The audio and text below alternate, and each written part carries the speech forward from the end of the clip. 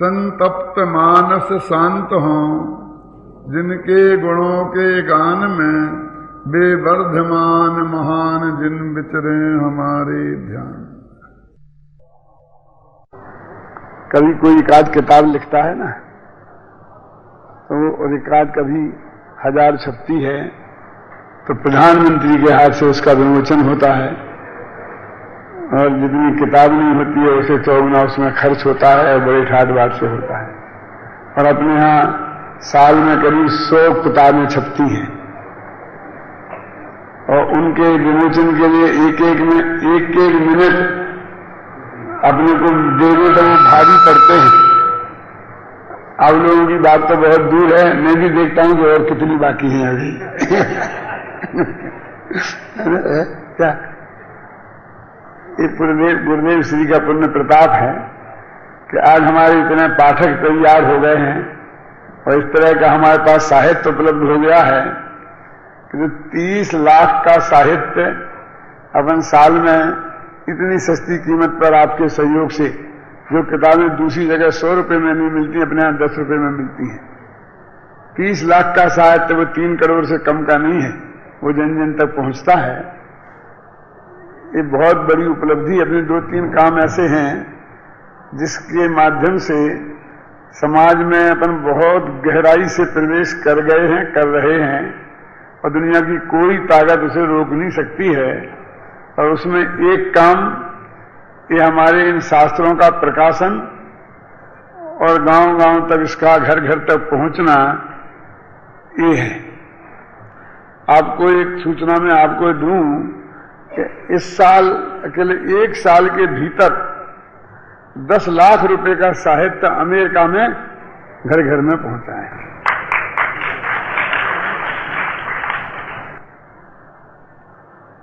एक भाई जो मूलतः स्थानक वासी हैं और आज भी मेरे प्रवचन में जब सुनने बैठते हैं तो मुंह पे पट्टी बांध के बैठते हैं। उनके सारे परिवार ने पट्टी छोड़ दी, लेकिन घर के जो मुखिया हैं, सबसे बड़े बुजुर्ग 80 वर्ष के, वे अभी भी मुंह पट्टी बांध के बैठते हैं।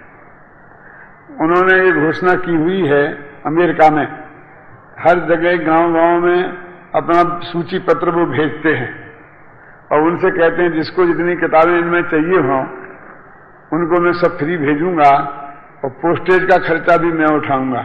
और आप जानते हैं 10 रुपए की किताब में 20 रुपए का पोस्टेज लगता है। और जहां से भी जितने आते हैं ऑर्डर, वो कहते हैं यहां से आप भेजते जाइए और बिल मेरे पास भेज दीजिए। तो पिछले 2 महीने 3 महीने में हमने 5 लाख का साहित्य यहां से भेजा है और 5 लाख रुपया उनकी तरफ से हमारे पास आ गया है। तो पहुंच गया है घर घर में बंडल में। हम वहां पहुंचे तो घर हर के घर में बंडल बंदे बंदे रखे थे, देख रहे थे, कोई ये खुल गए थे, कोई पढ़ रहा था, कोई ये कर रहा था। मतलब किस तरह से ये इस वक्त जनवाणी घर घर पहुंचाने का भाव हुआ है, उसके पीछे सबसे बड़ा कारण ये है कि अपना जो गीता प्रेस जैसी पद्धति सस्ते सस्ते घर में पहुंचाना, अपने लेखक एक नया पैसा नहीं लेता, प्रकाशक एक नया पैसा कमाने की नहीं सोचता, मुद्रक अपने साथ में छापने में पैसा कमाने की नहीं सोचता, सीधा मील से कागज बुलाते हैं, 2% का दे करके खर्चे का अपना ले लेते हैं, बाइंडिंग अपने घर में करते हैं, सारा काम इस तरह करके बहुत सस्ता छपाते हैं, खड़ा करते हैं और फिर उसको आपके सहयोग से और आधी कीमत कर देते हैं। ज्ञानपीठ जैसी संस्थाओं का साहित्य मिला के देख लीजिए अपने से, उनकी किताब जो 100 रुपए में अपने 10 में मिलेगी। और मैं तो इससे भी आगे बात कहता हूं, कोई बुरा नहीं मानना, लेकिन जो स्मारक की बाउंड्री के बाहर जो अपने मुख्य समाज में भी जो किताबें छपती हैं, वो जो उस किताब पर जितने पेज की किताब होती है और जिस तरह की क्वालिटी की, उस पर जितना खर्चा करते हैं, उसी क्वालिटी की उतने की ही पेज की हमारी किताब के दोनों के बिल आप मिलान करके देखिए। जो आपने पैसा दिया है उससे गारंटी से हम 60%, मतलब आपने दिए हैं 100 रुपए तो हम 60 रुपए हैं उसमें हमने खर्च किए हैं हमारी किताब में। अब दिखा के देखिए, मिला के उठा करके इसलिए नहीं कह रहे आप कहीं बीच में कोई ज्यादा पैसा आप मुनाफा रख लेते हैं, ऐसा नहीं कहते हैं। लेकिन वो आपके पास उतना साधन नहीं है ना, वो थोकबंद काम नहीं है ना। एक किताब छपाने जाते हैं, एक किसी प्रेस के पास जाते हैं, उसकी चिचोरी करते हैं, वो जोड़े पैसे लेते हैं, फिर कागज खरीदने जाते हैं तो आप वो सवाल कीमत पे आपको मिलता है। तो यहां से सब नीचे से ऊपर तक ख्याल में आए ना। और हमारे यहाँ सब काम थोक का होता है, क्या यही फर्क है और कोई फर्क नहीं है बिलाला जी? हैं? हाँ? कितना इसमें पहले एक दफे गांव इधर से नागपुर से ऐसी बात आई थी कि अभी अपन एक किताब छपाने की व्यवस्था करें तो 10% उसका जो भी छपाई खर्चा आज खर्चे पर हम ठेका दे दें और वो छापने वाले व्यवस्था करके देंगे। अपन वो डिपार्टमेंट चलाने की क्या जरूरत है? हमने उनसे कहा कि आप 10% देने को तैयार हैं, हम 1% में आपका काम करने को तैयार हैं। हमारी व्यवस्था के लिए आप 1% देना, क्या जो उसका मूल लागत लगे, हम 1% में आपका बढ़िया से बढ़िया छपा कर तैयार करके दे देंगे। बोलिए, पर इतना फर्क पड़ता है, ये कह रहा हूं मैं आपको। तो इस सब तरह से सबकी त्याग तपश्चर्या का ये परिणाम है। लेखक से लेकर, प्रकाशक से लेकर, मुद्रक से लेकर और जो वितरक से लेकर। और जब ऐसी बात होती है तो फिर दातार का भी मन होता है कि हम इसमें दें, क्योंकि इस पैसा किसी के पेट में नहीं जा रहा है, सीधा जिनवानी के प्रचार प्रसार में जा रहा है। उसे भरोसा होता है ना उसे, है? कि हमने दिया इनके तो हमारा तो गया ही नहीं, जमा ही खर्च नहीं हुआ, सीधा उन्होंने लिस्ट छप गया, आपका नाम छप गया और जनता के पास वो पहुंच गया। और इसका एक सबसे बड़ा लाभ यह है वीरेंद्र जी कि लोगों को बांटने का उत्साह जगता है। बाजार से कोई किताब जाए और 100 रुपए की मिले और वो समझेगा मैं 100 किताबें बांटनी है तो 10 दफे सोचना पड़ता है, क्यों? और यहाँ कहता 100 रुपए की मैं अभी 1000 रुपये में 100 रुपये किताबें बांट दूंगा। अभी शादी में, विवाह में, मरे में, जिए में 100-200 मेहमान आते हैं, 1000-2000 में काम होता है फटाफट। और सबसे बड़ी बातें है देते हैं 10 रुपए का माल, दिखता है 100 रुपए का माल है, नहीं है, कुछ दिखता है नहीं, नकली नहीं है। बाजार में उतना माल 100 रुपए में मिलता है ना, क्यों?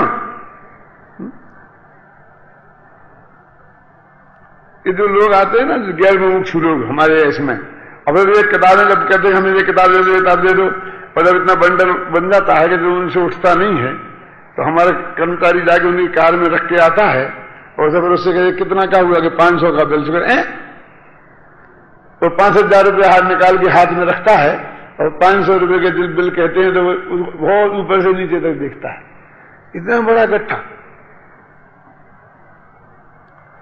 ये चीज जब तक कायम रहेगी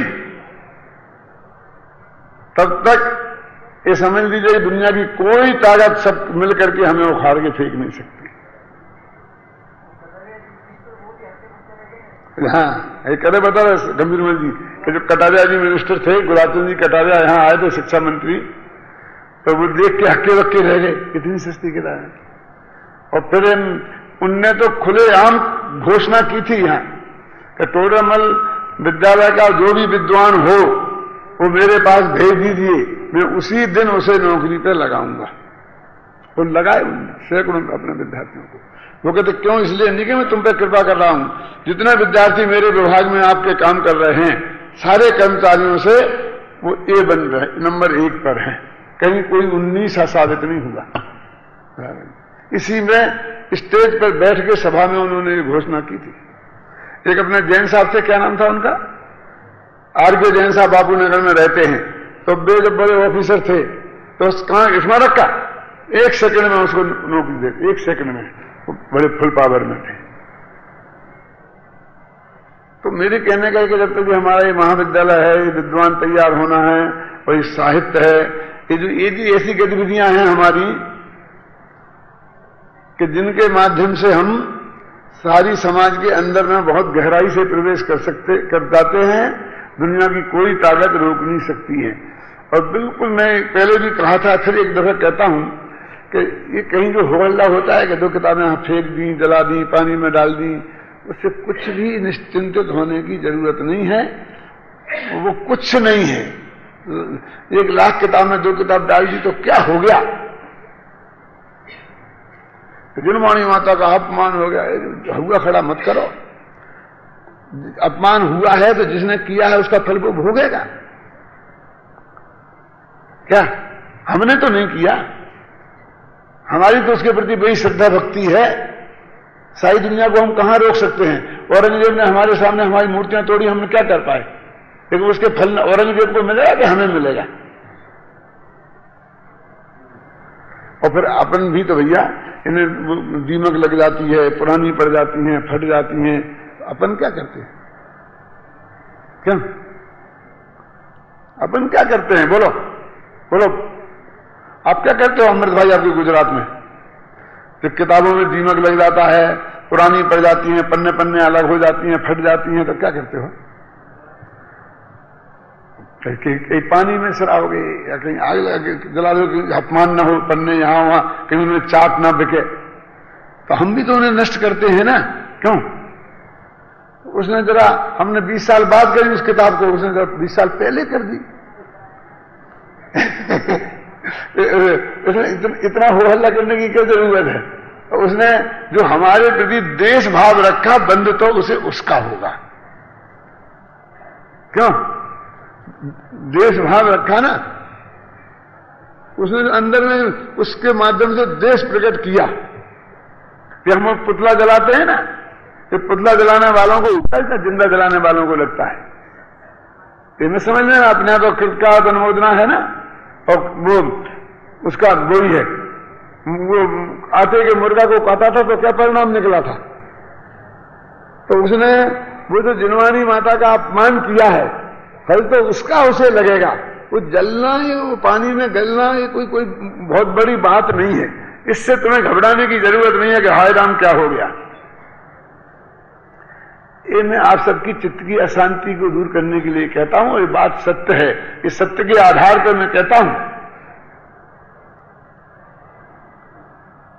उनसे ज्यादा खतरनाक लोग तो वो हैं अपने लिए, अपने मुमुक्षुओं में हैं। क्या जरूरत है इसकी? क्या जरूरत है इसकी? बहुत बहुत किताबें हैं घर घर। क्यों सरदार जी हैं ऐसे लोग? क्या नहीं? कभी मिलते हैं, यहां बैठे हैं क्या?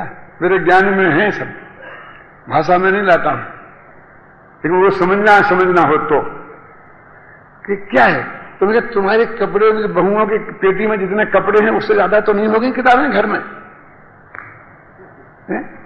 तुम्हारे घर में जितने जूते चप्पलें हैं उससे ज्यादा तो नहीं होगी किताबें घर में? और ज्यादा हो गई हैं तो पड़ोसियों को बांटो ना, रिश्तेदारों को दो ना, काय को अपने घर में रखे हो?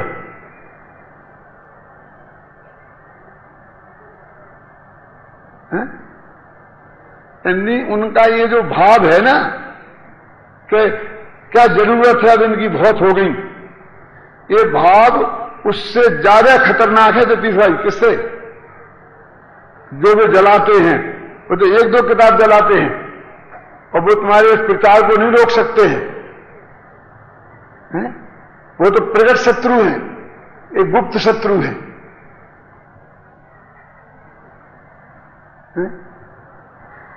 कि ये बहुत हो गई, कि मकान बहुत नहीं हुए, तिजोरी में नोट बहुत नहीं हुए, ये तो अरबों हो जाए। क्यों? कारखाने बहुत नहीं हुए, ये श्रृंगार सामग्रियां बहुत नहीं हुई, इनकी कोई सीमा है? बोला हुकुमचंद जी। इसको ये लगने लग गया, मैंने लगा नरकाई को बंद कर लिया होगा। देखो, आपको लग रहा होगा कि मैं गुस्सा प्रकट कर रहा हूं, गुस्सा नहीं बता रहा हूं, मेरे हृदय की पीड़ा व्यक्त कर रहा हूं कि हमारे कहलाने वाले लोग जब हम जिनवाणी के प्रचार को रोकते हैं तो दिल में दर्द होता है, शत्रु का दर्द नहीं होता है। मैं तो ये भी कहता था कि कुंदकुंदाचारी लोग कहते हैं समय सार को नहीं पढ़ना, कि हमारे सबसे बड़े आचार्य ने जब ये ग्रंथ लिखा होगा तो उसने ये कभी नहीं सोचा होगा कि मेरी जय बोलने वाला मंगलम भगवान वीरो, मंगलम गौतमो गणी, मंगलम कुंद कुंदाद्यो बोलने वाला, गौतम गंधर के बाद मुझे याद करने वाला, कभी मेरी किताब को पढ़ने से लोगों को रोकेगा। मेरा पिछी कमंडल हाथ में लेने वाला और मेरे साहित्य को पढ़ने से समाज को रोकेगा, ऐसा उनने कभी कल्पना भी नहीं की होगी। क्यों? समय साथ पढ़ना नहीं चाहिए, समय साथ पढ़ना नहीं चाहिए।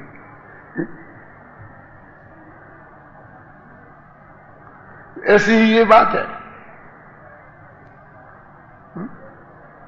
अभी हजारों घर ऐसे नहीं हैं कि जहां एक भी मोक्ष मार्ग प्रकाशक नहीं है, जहां हजारों मंदिर अभी ऐसे नहीं हैं, तीर्थ ऐसे नहीं हैं, लाइब्रेरियां ऐसी नहीं हैं। उन्हें जाने दो जो निकाल के जलाते हैं, लेकिन जो चाहते हैं और पैसे नहीं होने से खरीद नहीं सकते हैं, ऐसे नहीं है क्या? बोलो, मैं पूछता हूं आपसे, और आप नहीं जानते हैं उनको। जयपुर में 3 लाख लोग रहते हैं। मैं कहता हूं अपने लोगों से कि ले जाओ ये जिनवाणी को, तो 3 लाख घरों में सर्वेक्षण करो और जाकर कहो भाई साहब ये जिनवाणी ले लो फ्री में, आपको पूजा पाठ करने के लिए एक भाई ने हमारे बांटने की कोशिश की है। जितने घर लें उतने दे आओ। ऐसा निकलेंगे तो 10,000 जिनवाणी यहां लोग बड़े माथा पे ऐसा स्वीकार करेंगे। बोलो, अभी कितने साहित्य की जरूरत है और कितना खपाया जा सकता है? बोलो। वो थाने के बाद मुहपट्टी बाबा वाला बाबा अमेरिका जैसे विदेश में डबल पोस्टेज का खर्चा देकर, क्यों, वो घर घर पहुंचा रहा है, और इन्हें ऐसा भाव आने लग गया है कि बहुत हो गया। इसलिए भी अपने परिणामों में गंभीरता से विचार करें। मैं अपनी चिंता से ये बात नहीं कह रहा हूं कहीं मेरा साहित्य कम बिकेगा यदि ऐसा ये कहेंगे तो। मेरा माने टोले मल स्मारक का ख्याल में है ना, इसलिए कह रहा हूं कि उनका क्या होगा। गुरुदेव फरमाते थे ना क्या कि मुझे तो उन पर करुणा आती है जो इस मूल तत्व ज्ञान का विरोध करते हैं, कि उनका क्या होगा, इसे हमारा क्या होगा इसकी बात नहीं है। ये बात क्या मोदी देनी है कि वो अपने परिणाम को तपास के देखें। ऐसे परिणाम वाले खुद तो कुछ करते ही नहीं है, उनके माथे पे तो कोई बोझा है ही नहीं। वे तो सिर्फ दूसरों को करते देखकर उनके पेट में दर्द होता है, उसकी अभिव्यक्ति करते हैं। क्या दलाला जी, मैं ये कहता हूं कि महापाप से बचने के लिए कम से कम ऐसा विकल्प अपने मन में मत करना, चाहे आप इसके में सहयोग करना नहीं करना, जिनवाणी घर को पहुंचाना नहीं पहुंचाना, आलोक जी, लेकिन ऐसा भाव मत करना कि अब बहुत हो गई, अब हमें किताबें घर घर पहुंचाने की जरूरत नहीं है।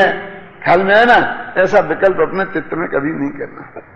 अभी अपना प्रकरण चल रहा है 47 शक्तियों का, और जिसमें जीवत्व शक्ति और चित्ती शक्ति की सामान्य चर्चा अपन ने कल की थी। अभी देखिए अपना पेज नंबर 315, सबसे नीचे का प्यारा। यदि मैं अनंत शक्ति संपन्न हूं तो फिर तो मैं किसी का भी कुछ कर सकता हूं।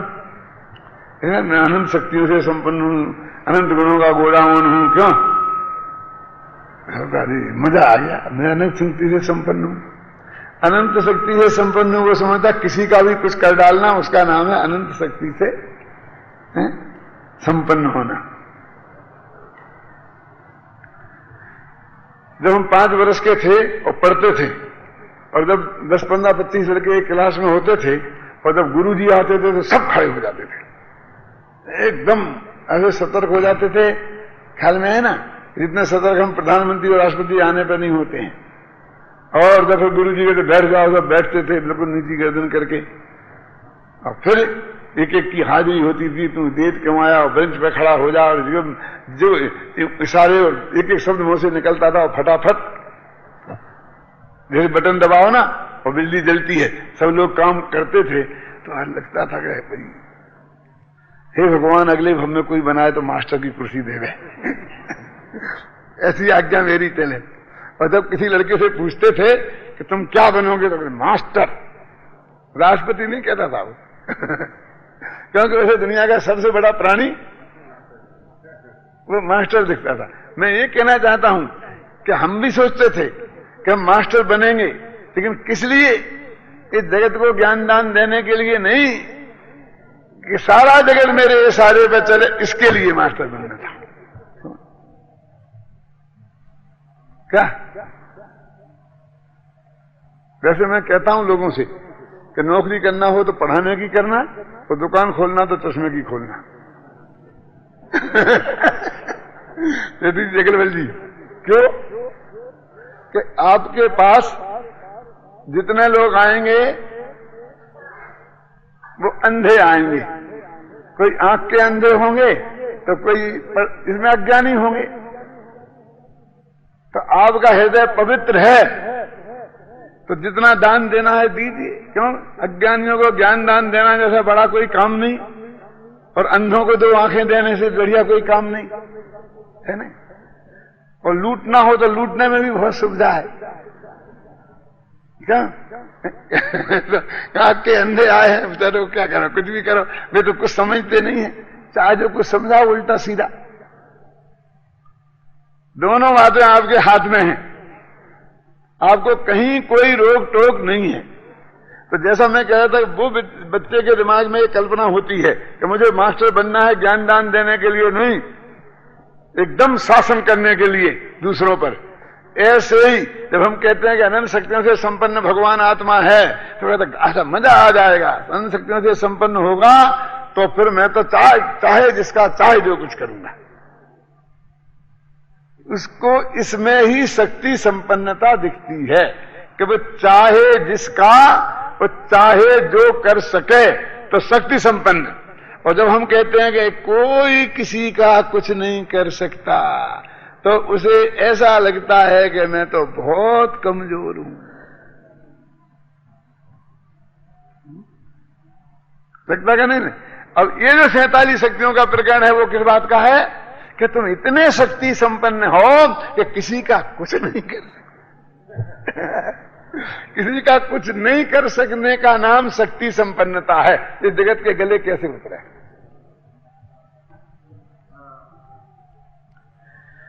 अब देखो, 1 सेकंड का काम है, फिर मैंने क्या कि यदि हम जगत में किसी का कुछ कर सकते होते तो सबके करने का भार हमारे माथे होता,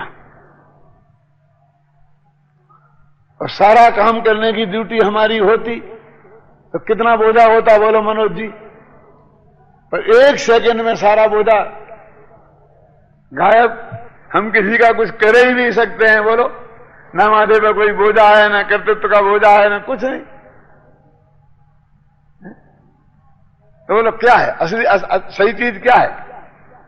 किसी का कुछ नहीं कर सकना ये शक्ति का प्रतीक है, ये कमजोरी का प्रतीक नहीं है। देखो पढ़ते हैं अपने इसमें लिखा है, अरे भाई दूसरों में कुछ करने का नाम शक्ति नहीं है, अपितु तेरा कोई कुछ ना कर सके शक्ति का वास्तविक स्वरूप तो यह है। ये तू क्यों भूल जाता है कि तू किसी का कुछ नहीं कर सकता? अरे तेरा भी तो कोई कुछ नहीं कर सकता। तू किसी को नहीं मार सकता तो तुझे भी तो कोई नहीं मार सकता। समझ में ना? उसका अर्थ ये भी तो होता है, तो ये तेरे को अनंत आजादी का प्रतीक है ना। कोई किसी का कुछ नहीं कर सकता है, ये अनंत आजादी है कि अनंत पराधीनता है?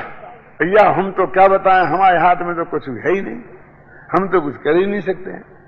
हम तो इतना भी नहीं कर सकते हैं कि एक आदमी आ जाए और ये कहे कि हम भोजनालय में जीवना चाहते हैं फ्री में, तो हमारे हाथ में तो इतना भी पावर नहीं दे रखा है डॉक्टर साहब ने। कहते हैं हाँ कोई ऐसा आया तो हमसे पूछना, क्यों? तो कुछ तो पावर चाहिए ना, इसे पावर चाहिए क्या? तो मैं कहता हूं कि इतनी आजादी है कि हमारे माथे पे कोई बोझ ही नहीं है, निर्णय ही नहीं करना कि इसको देना कि नहीं देना, क्या करना, है व्यवस्था के नहीं है। अपने कपूर चंद जी थे ना, ऑफिस में काम करते थे, तो मठ में 3 जने थे हम तब, मैं और कपूर चंद जी और एक अपना नेमी चंद। तो पहले लोग बहुत आते थे हॉल मांगने के लिए, शादी करना है तो हॉल दे दो, हॉल दे दो, हॉल दे दो। अपने नक्की किया कि नहीं, शादी मादी में इस हॉल में नहीं देना, नहीं करना है। तो वो आगे कहते, डॉक्टर साहब हम मुझे लोग बहुत परेशान करते हैं, मुझे बहुत परेशान करते हैं लोग। तुम क्यों परेशान होते हो?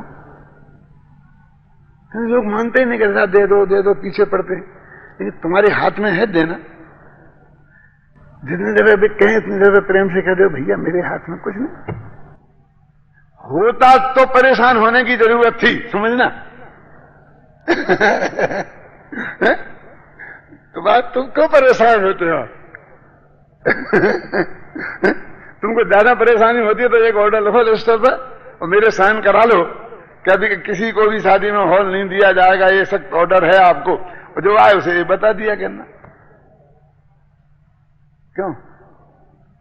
लेकिन ये मैं कैसे कहूं कि मेरे हाथ में नहीं है? बस मैंने कहा सबसे बड़ी पराधीनता की बात तो ये है, सबसे बड़ी तकलीफ तो ये है कि मैं ये कैसे कहूं।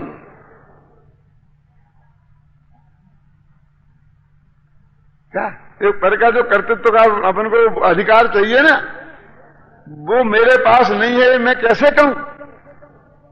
ये मैं कैसे कहूं कि मेरे हाथ में नहीं है ये करना? ये जो तो अपने अंदर की कमजोरी है ये तुम्हें दुख दे रही है, कोई किसी का कुछ कर ही नहीं सकता। तुम ये मान लो कि मेरे अधिकार क्षेत्र में है ही नहीं, तो तुम्हें क्या की परेशानी? परेशानी तो उसको है कि जिसके अधिकार क्षेत्र में है। अब उसे 100 दफे सोच समझ के देना पड़ेगा और उसका जवाब भी देना पड़ेगा।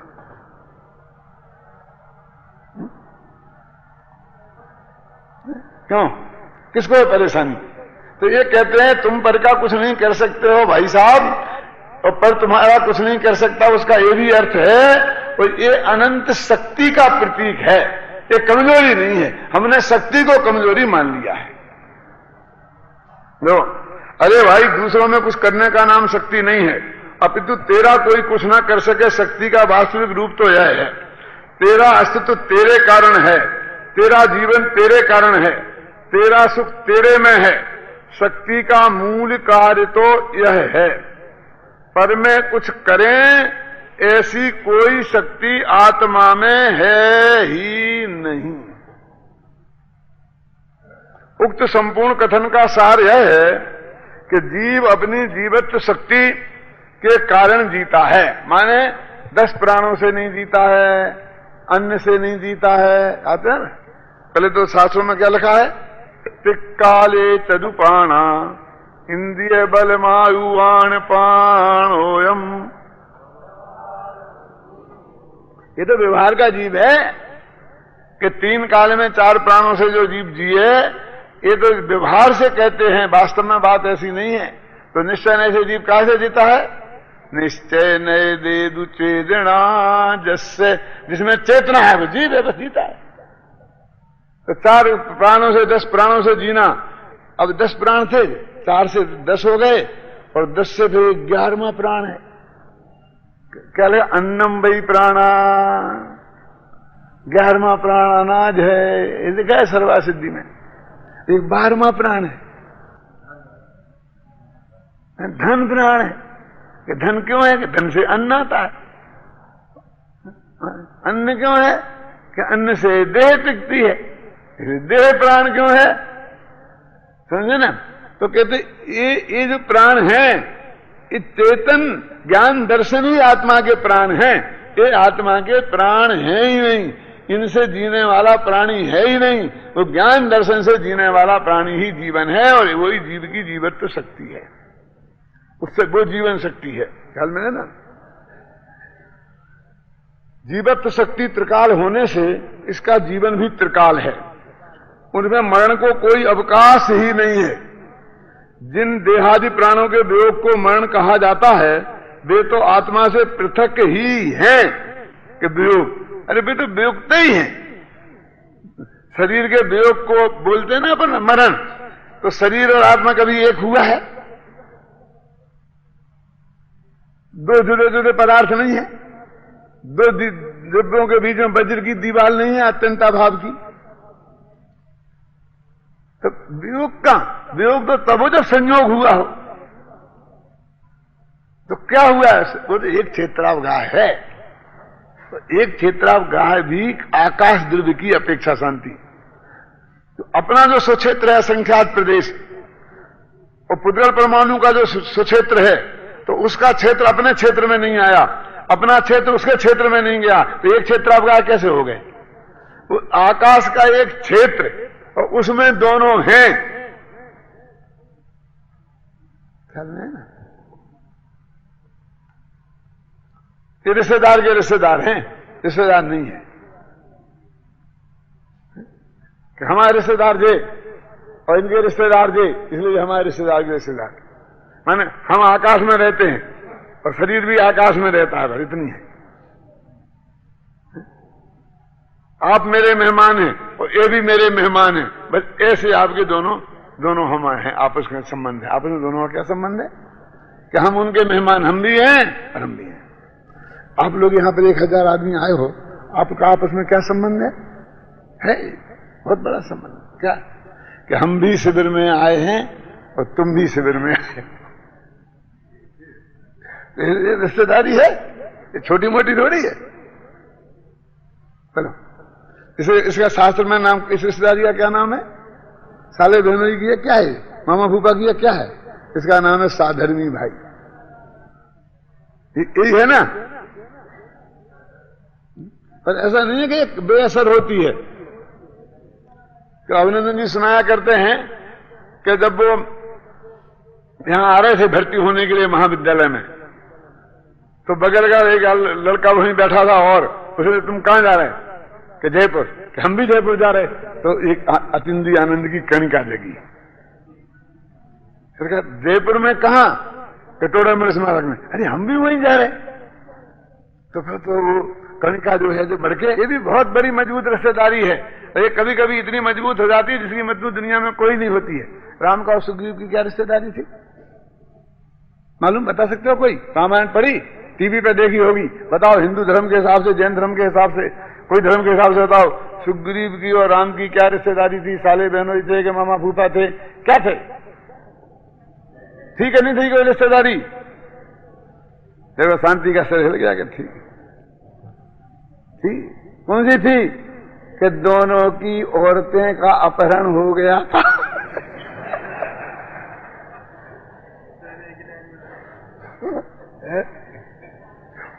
दोनों को एक ही बीमारी थी, इसलिए कितनी गहरी दोस्ती हो गई। तो साधारण नहीं है ये रिश्तेदारी भी। एक बीमारी होना कि तुम्हें क्या है कि हमें कैंसर है, कि हमें भी कैंसर है, तो हमारी रिश्तेदारी हो गई। बस दोनों एक कैंसर अस्पताल में इलाज करा रहे, हमारी रिश्तेदारी हो गई। तो जिस आकाश के क्षेत्र में पुद्गल रह रहा उसी में हम रह रहे, ऐसी है। हमारे क्षेत्र में नहीं है वो। आत्मा का जो स्वक्षेत्र असंख्यात प्रदेश है उसमें पुद्गल नहीं है। पुद्गल के जो असंख्यात प्रदेश है उसमें आत्मा नहीं है। पुद्गल अनंत परमाणु के प्रदेश जो भी समझ लो आप, है ना? क्यों? आपका यही तो चलता है ना सुबह, आत्मा आत्मा में प्रतिष्ठित है, राग में प्रतिष्ठित नहीं, क्रोध क्रोध में प्रतिष्ठित है, क्रोध राग में आत्मा में प्रतिष्ठित नहीं। यही है ना? क्या वीरेंद्र जी है? क्रोध क्रोध में रहता है, आत्मा आत्मा में रहता है। अच्छा ऐसा कह लो कि आत्मा में क्रोध रहता है, तो एक क्षेत्र आपका संबंध, संयोग तो है ही नहीं, स्वभाव तो है ही नहीं, तादात्म्य तो है ही नहीं, एक क्षेत्र आपका ही नहीं है। क्योंकि आत्मा का जो क्षेत्र है उसमें पुद्गल का क्षेत्र जुदा है, और पुद्गल का जो क्षेत्र है उसमें आत्मा का क्षेत्र जुदा है। इसी को तो प्रदेश भेद बोलते हैं। तो प्रदेश भेद है तो एक क्षेत्र आपका कैसा हो जाएगा कि वो एक आकाश का क्षेत्र और उसी में वो रहता है और उसी में हम रहते हैं। ऐसे संबंध कैसी रिश्तेदारी है जी? कि इस गांव में मेरा साड़ू पड़ा बेच गया था, नहीं आया समझ में? दो राहगीर जा रहे थे, जोर की प्यास लगी थी, कि कहां कहने पानी पीने, तो चलो गांव तो है ना, वहां पी आएंगे। किसी को कोई पहचान है? कि नहीं रिश्तेदारी है मेरी। तो कि क्या रिश्तेदारी है तुम्हारी? कौन है? ससुराल है? क्या है? कि है, तुम चलो तो। कि बताओ तो क्या रिश्तेदारी है? कि मेरा साड़ू इस गांव में पड़ा बेच गया था, जिसे पड़ा बेच गया था वो मेरा रिश्तेदार हो गया ना। वो भी मैं नहीं, कौन? ऐसा संबंध है शरीर और आत्मा का। वो एक क्षेत्र आपका भी नकली है, वो भी असली नहीं है। अब इन दोनों के बीच में वज्र की दीवार है, इन दोनों का तो कर्ता आत्मा है ही नहीं। तो हमने ये बात जानी कि हमारा परद्रव्य का कर्तव्य तो नहीं, परद्रव्य हमारे बीच में नहीं, तो ये हमें अनंत अपनी अनंत शक्ति का भान हुआ ना। कहां शक्ति का भान हुआ कि मेरे में पर का प्रवेश कर ही नहीं सकता। ये हमारी शक्ति है क्या नहीं? बोलो, मेरी बाउंड्री पे कोई पैर रखे तो देखे।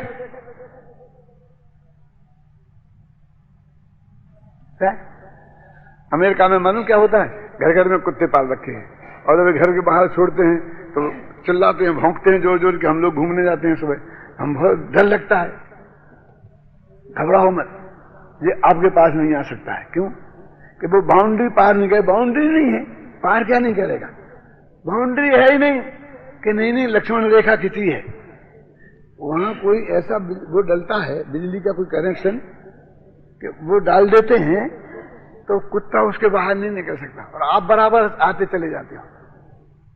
वो कुत्ता वहां आता है, उसे झटका लगता है, तो तार मार कर डरा दिखता नहीं ना। क्या करते हैं? अपन चले जाते हैं वहां। क्यों? कि यदि कुत्ते को बिजली करंट लग जाए तो कुत्ता नहीं जाएगा, लेकिन कोई बच्चे को लग जाए तो वो मर जाएगा, तो क्या होगा? तो वो कुत्ता जो यहां से यहां जाएगा तो उसे करंट लगेगा, तो बस वो फिर उस मर्यादा के बाहर नहीं निकलेगा, भौंकेगा वहां, लेकिन उसके मर्यादा के बाहर नहीं। वो लक्ष्मण रेखा है, वहां हर घर में लक्ष्मण रेखा खिंची रहती है, सिर्फ कुत्तों के लिए। जैसे कोई नहीं लांग सकता, समझिए ना, वे नहीं लांग सकते हैं। तो ऐसे ही प्रत्येक द्रव्य में एक लक्ष्मण रेखा खिंची है कि उसकी मर्यादा को कोई दूसरा द्रव्य लांघ नहीं सकता। तो मेरे में कोई परद्रव्य का प्रवेश नहीं हो, ये मेरी शक्ति का प्रतीक है कि कमजोरी का? मुझे बताओ आप, इसे शक्ति कहें कि कमजोरी? बोलो आलोक जी। हमको इसमें कोई शक्ति लगे ही नहीं, लगती नहीं। हम तो दूसरे में घुस जाए, उसका कुछ कर करा दे, में तो शक्ति लगती है। क्यों? मैंने पड़ोसी के घर में घुसने का अधिकार हमारा हो तो हमें शक्ति लगती है, और हम अपने घर में रहे, पड़ोसी अपने घर में रहे, कोई किसी घर में प्रवेश नहीं करे, हस्तक्षेप नहीं करे, इसमें हमें अपनी कमजोरी लगती है। क्या करें?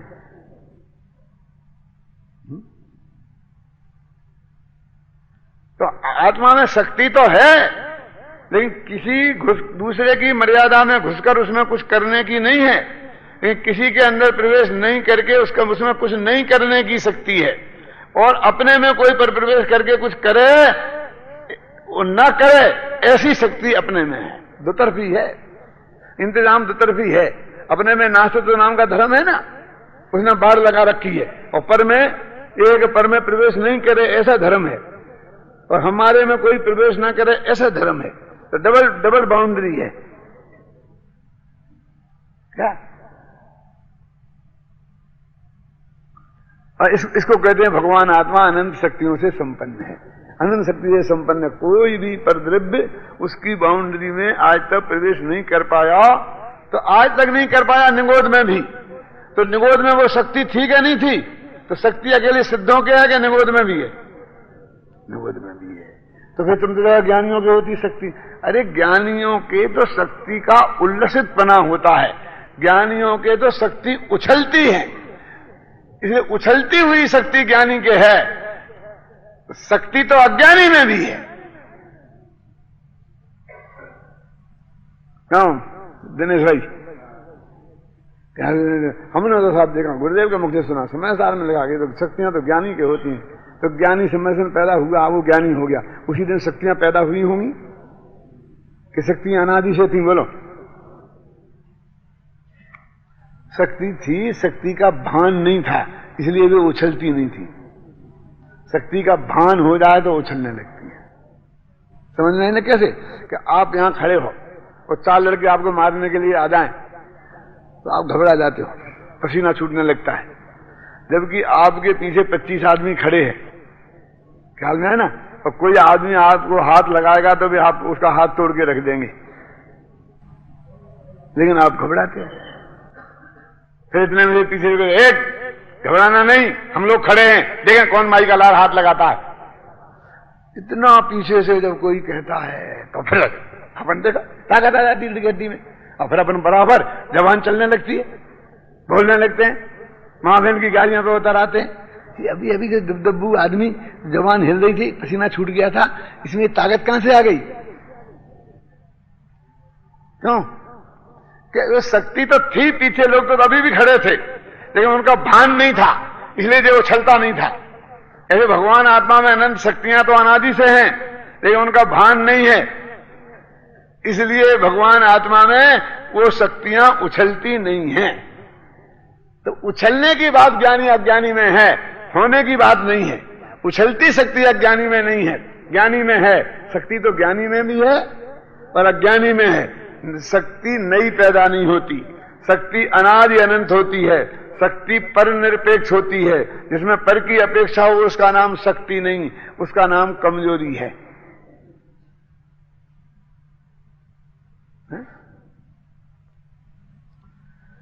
हाँ, तो कहां पढ़ रहे थे अपन? जीवत्व शक्ति त्रिकाल होने से इसका जीवन भी त्रिकाल है, उसमें मरण को कोई अवकाश नहीं है। जिन देहादि प्राणों को वियोग को मरण कहा जाता, वे तो आत्मा से पृथक ही हैं। देव आदि द्रव्य प्राणों से आत्मा जीवित रहता है। तो द्रव्य की गाथा पड़ी थी ना, यह तो असद्भूत व्यवहार नय का विषय होने से असद्भूत ही है। ये अकेले व्यवहार नय का विषय नहीं है भाई साहब, असद्भूत व्यवहार नय का विषय है। सद्भूत व्यवहार नय तो होता है, वो तो किसी अपेक्षा से निषेध किया जाता है, और असद्भूत व्यवहार का तो विषय होता ही नहीं है। शरीर तो मेरा कभी हुआ ही नहीं है, राग तो मेरा हुआ है, वो तो किसी अपेक्षा से विकारी होने से मेरा नहीं है कहा जाता है। दो है ना, कि पड़ोसी का बेटा अपना बेटा नहीं है और अपना बेटा भी अपना बेटा नहीं है, इन दोनों में कुछ फर्क नहीं है। पड़ोसी की पत्नी अपनी पत्नी नहीं है, अपनी पत्नी अपनी पत्नी नहीं है, इन दोनों में फर्क है क्या नहीं? आगम में तो दोनों शब्द भी आते क्या नहीं? पड़ोसी का मकान अपना मकान नहीं है और अपना मकान नहीं है, इन दोनों में फर्क है क्या नहीं? क्योंकि अपना मकान व्यवहार से अपना है और निश्चय से नहीं है, और अपनी स्त्री व्यवहार से अपनी है, निश्चय से नहीं है, समझे ना? और पराई स्त्री न निश्चय से अपनी है न व्यवहार से अपनी है।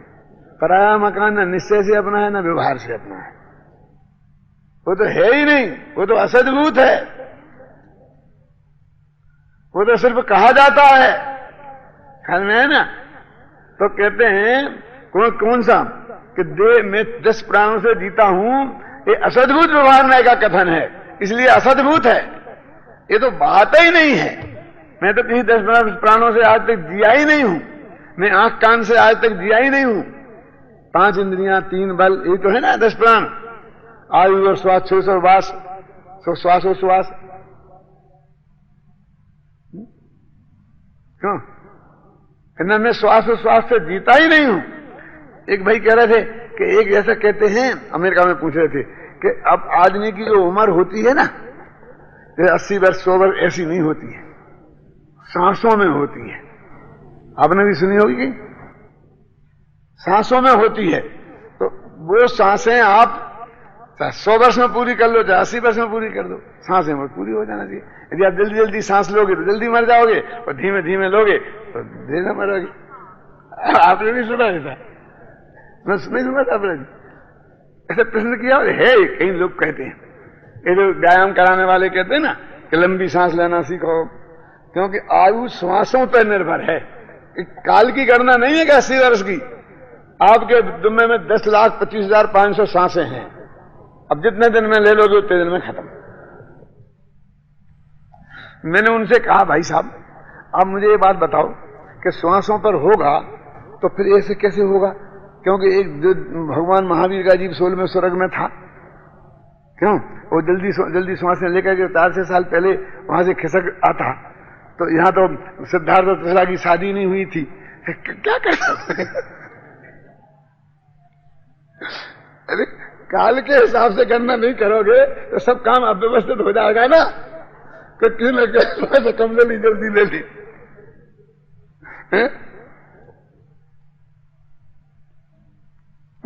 तो आपकी समझ में आ गया मेरा तर्क क्या है?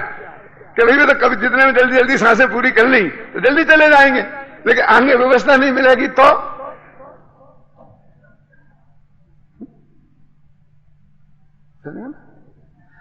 रेलवे स्टेशन पर गाड़ी 10:25 पे आती है। अब गाड़ी साहब 9:30 बजे पहुंच जाए तो फिर अच्छी बात है ना?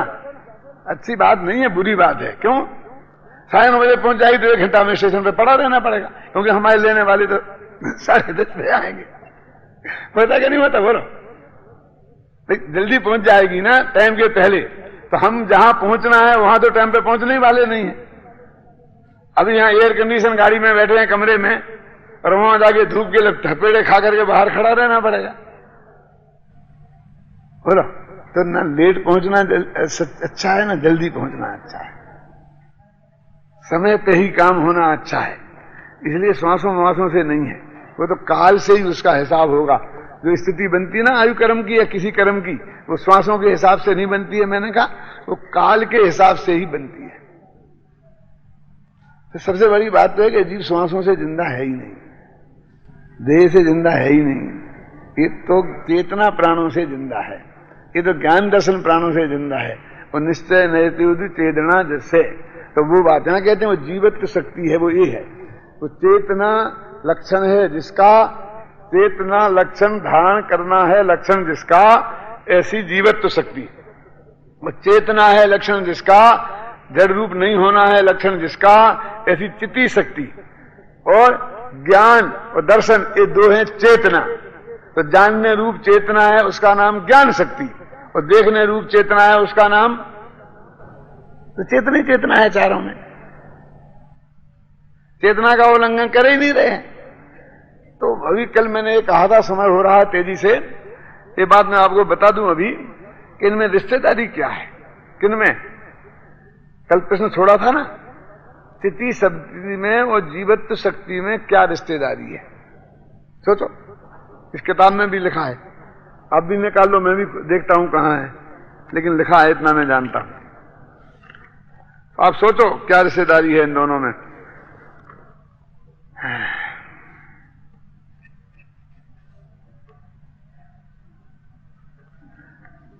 हाँ, क्या बोलो, क्या कह रहे हैं?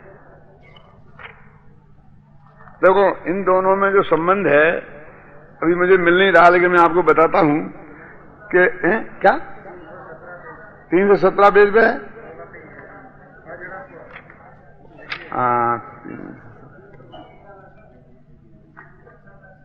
हाँ, ये लक्षण लक्ष्य वाला जो चित्ती शक्ति है वो है लक्षण, और जीवत्व शक्ति है वो है लक्ष्य। एक 17 पेज में देखो, ये दूसरा पैरा, यह चित्ती शक्ति अर्थात चैतन्य रूप रहना आत्मा का लक्षण है, और जीवत्व शक्ति इस लक्षण से लक्षित किया जाने वाला, पहचाने जाने वाला लक्ष्य है। इनमें लक्ष्य लक्षण संबंध है। लक्ष्य है जीवत्व शक्ति और लक्षण है चिति शक्ति। मैंने आपको बात शुरू की थी ना कि हमारी जो 47 शक्तियों का वर्णन है वो आत्मा को पहचानने के लिए वो बातें बताई जा रही हैं। वो जो बता रहा था ना घर का मालिक कि वो चोर कैसा था, क्यों चोर कैसा था, ये जो बता रहा है घर का मालिक, वो काय के लिहाज से बता रहा है कि जिससे पुलिस वाले उसे पहचान लें। यदि उससे पूछे कि वो चोर कैसा था, कि महा बेईमान था, उचक्का था, कि सज्जन था, उसमें 2 चोरों में से एक तो बहुत सज्जन था और एक बदमाश था, कि सज्जनता और बदमाशी से हम चोर को नहीं खोज पाएंगे। ये लक्षण नहीं चाहिए हमें, है ना। एक राम है, एक लक्ष्मण है, लेकिन दोनों का उद्देश्य तो एक ही है ना, क्यों है? ऐसा नहीं है। इस लक्षण से आत्मा नहीं पहचाना जाएगा। कोई दिक्कत नहीं, वो राग वाला द्वेष वाला रहे और बीतरागी रहे। ये मत बताओ हमें वो चोर रागी था कि बीतरागी था। तुम तो ये बताओ कि गोरा था कि भूरा था कि काला था कि पगड़ी बांधे था कि गुबरा था कि, क्यों, जिससे हम उसे पकड़ेंगे, पहचानेंगे। हैं? बातें तो उसमें और भी बहुत होंगी कि नहीं होंगी। हम कब कहते हैं कि नहीं होंगी? वो भी अनंत शक्तियों का संग्रहालय है, उसमें भी अनंत विशेषताएं होंगी। ख्याल में आया ना? लेकिन हम उससे नहीं पहचानेंगे, हम जिनसे पहचानेंगे तुम उनकी बात करो। तो पहचानने के काम आता है लक्षण। तो सबसे पहले उन्होंने लक्ष्य लक्षण की बात की। तो जीवत्व शक्ति संपन्न जीव को हमें पहचानना है, जानना है, इसलिए वो है लक्ष्य। ठीक है ना। और चेतना चित्ती लक्षण, चेतना शक्ति से हम पहचानेंगे, इसलिए वो है लक्षण। तो दोनों में क्या संबंध हो गया? सुनो, अब ध्यान से सुनना। जीवत्व शक्ति और चित्ती शक्ति में क्या संबंध है, सोच लेना अच्छी तरह से। बोलो। लक्ष्य लक्षण। अच्छा, अब फिर सुनना शांति से। चित्ती शक्ति और जीवत्व शक्ति में क्या संबंध है?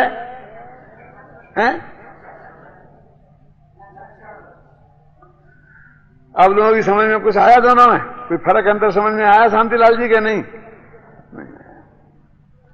मैं बताता हूं। राम और सीता में क्या संबंध है?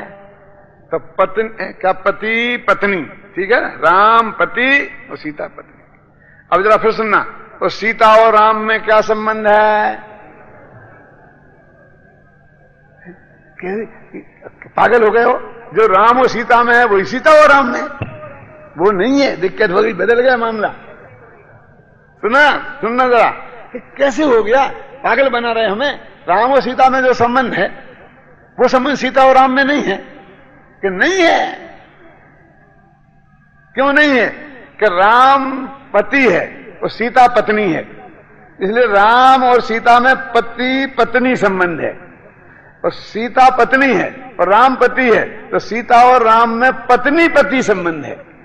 मतलब जब पहले राम बोलो तो वहां पहले पति बोलना पड़ेगा, पहले सीता बोलो तो वहां पहले पत्नी बोलना पड़ेगा। अंतर समझ में आया वकील साहब? क्यों? ये नाम निक्षेप वाले वकील साहब हैं, भाव निक्षेप वाले वकील साहब नहीं है। मैंने इनका नाम वकील चंद है। ये नाम भी हो सकता है जगत में। वकालत करने वाले वकील साहब नहीं है। हाँ, तो क्या बात चल रही है? समझ गए? अंतर आ गया समझ में ना? ऐसे ही चित्ती शक्ति और जीवत्व शक्ति। तब जीवत्व शक्ति पहले बोले और चित्ती शक्ति बाद में बोले, तो हमें बोलना पड़ेगा लक्ष्य लक्षण संबंध। चित्ती शक्ति पहले बोले और जीवत्व शक्ति बाद में बोले, तो हमें कहना पड़ेगा लक्षण लक्ष्य संबंध। इतना ध्यान नहीं रखेंगे तो क्या हो जाएगा? बोलो। ये हो जाएगा कि हम बोलेंगे सीता और राम में पति पत्नी संबंध है, तो सीता हो जाएगी पति और राम हो जाएगा पत्नी। समझ गया ना कितना चक्कर हो जाएगा? तो नहीं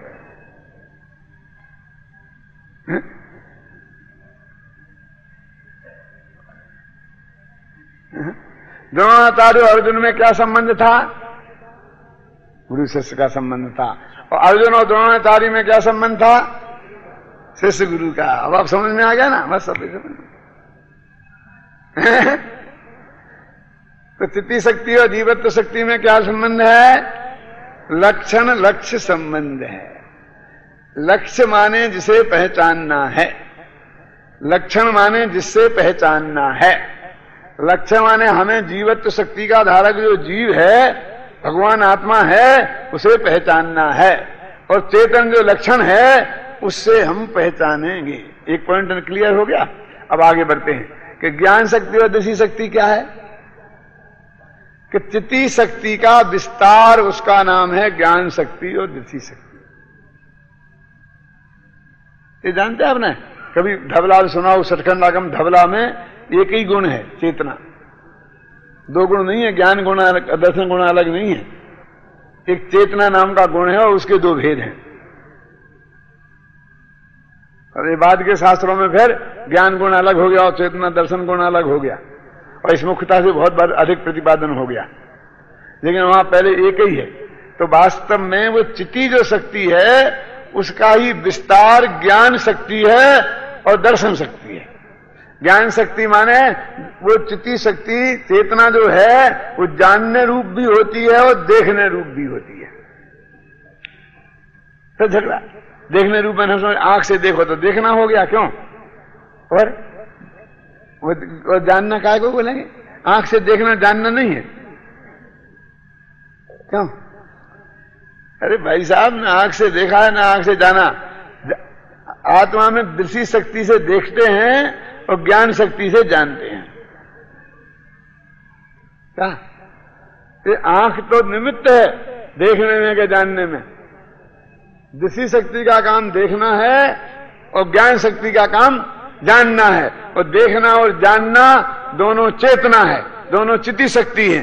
और इन चिति शक्ति से जीवत्व शक्ति की पहचान होती है। क्या है ना? वो जीवत्व शक्ति से चार शक्तियों का परस्पर संबंध हो गया ना। चार शक्तियों की चर्चा थोड़ी थोड़ी अभी हुई। कौन कौन सी चार?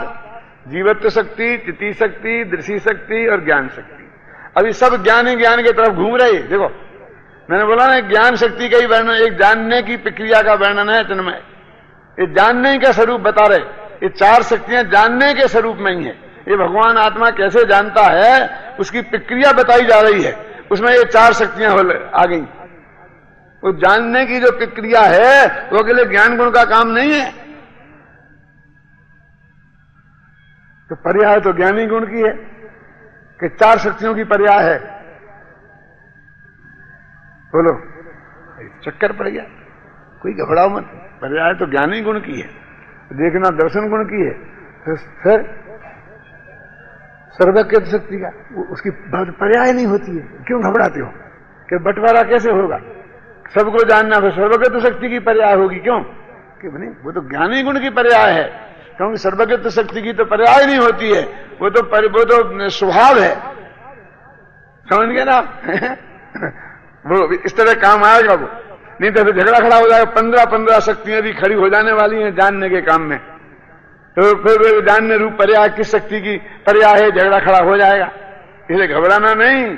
उसमें कुछ स्वभाव है, कुछ शक्तियां हैं, कुछ धर्म है, कुछ गुण हैं, और सब मिल मिला करके एक जानन क्रिया को कंट्रोल करते हैं। तो जानन क्रिया का कि एक जो प्रवृत्ति होती है, जानन क्रिया रूप परिणमन होता है, उसमें कितनी कितनी शक्तियां काम करती हैं, वो सब आपके ख्याल में आएगा। तब माता में समझ में आएगा कि क्या बताना चाहते हैं। आत्मा की अभी हो गया आज का समय।